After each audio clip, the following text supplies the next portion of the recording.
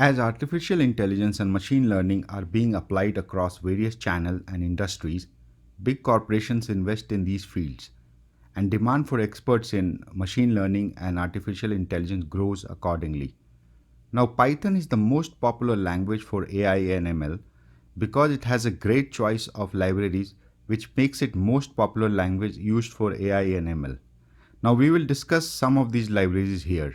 Alright, so the first important package is NumPy, which is a math library to work with n-dimensional arrays in Python.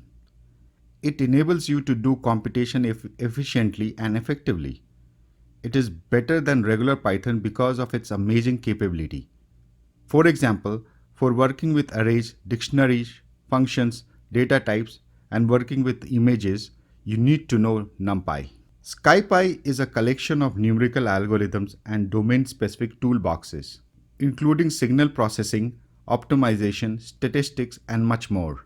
SciPy is a good library for scientific and high-performance computation. Matplotlib is a very popular plotting package that provides 2D plotting as well as 3D plotting. Basic knowledge about these three packages, which are built on top of Python, is a very good asset. Pandas library is a very high-level Python library that provides performance, easy to use data structures. It has many functions for data importing, manipulation, and analysis. In particular, it offers data structures and operations for manipulating numerical tables and time series. Scikit-learn is a collection of algorithms and tools for machine learning, and this is very popular amongst data scientists. Let us discuss this in little more detail. Scikit-learn is a free machine learning library for the Python programming language.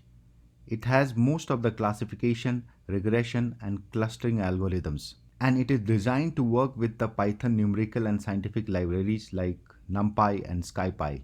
Also, it includes very good documentation, and on top of that, implementing machine learning models with scikit-learn is really easy, with a few lines of Python code.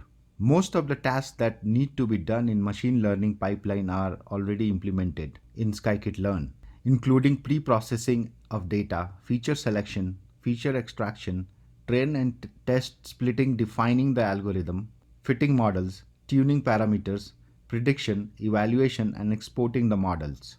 Now, apart from these libraries, many other popular open source packages are supported in Python. That is Keras and TensorFlow for deep learning and so on. So that's it for this video, guys. Thank you for listening.